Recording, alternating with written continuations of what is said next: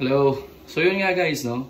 If ever man na yung first video na panood nyo and you are interested and gusto nyo try or meron kayong mga katanungan, huwag ho kayong mahiyang magtanong.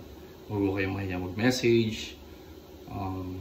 Open naman po ako daily or hindi naman masyadong busy dito sa trabaho. Masasagot ko po kayo agad.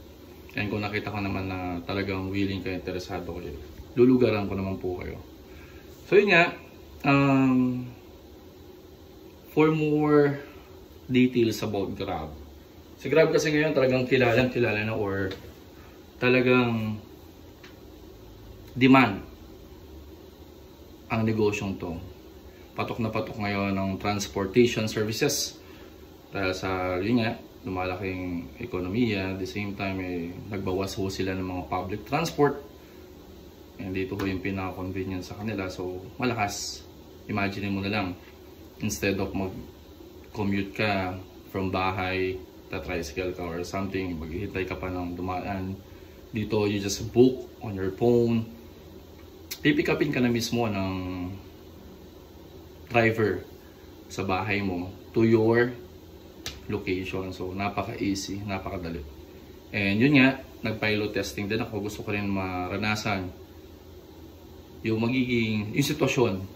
Ako muna, nilagay ko muna yung sarili ko as a operator sa driver position para makita ko yung sistema, paano ba yung magiging gas consumption, paano ba yung makipag-deal sa mga clients, sa mga pasahero. So, ginawa ko lahat yun. Hinawakan ko po yung unit ko ng almost 3 months, kasabay po yun ng pagtatrabaho ko sa Clark, sa Royce Hotel. So, tatrabaho ko ng umaga, ay ng gabi.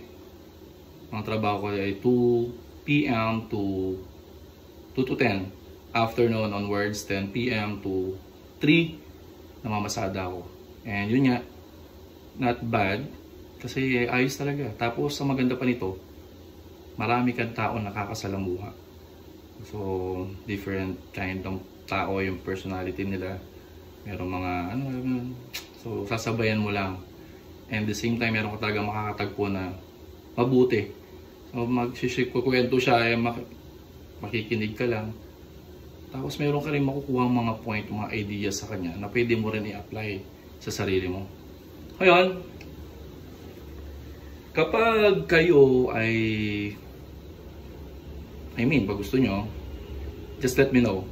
So, kinabit ko naman dyan yung details. So, let me know. Shoutout nga pala sa lahat ng kuya and ate. Eagles. No? So, shoutout, mabuhay po tayong lahat, mabuhay ang Agila. Keep safe, God bless po.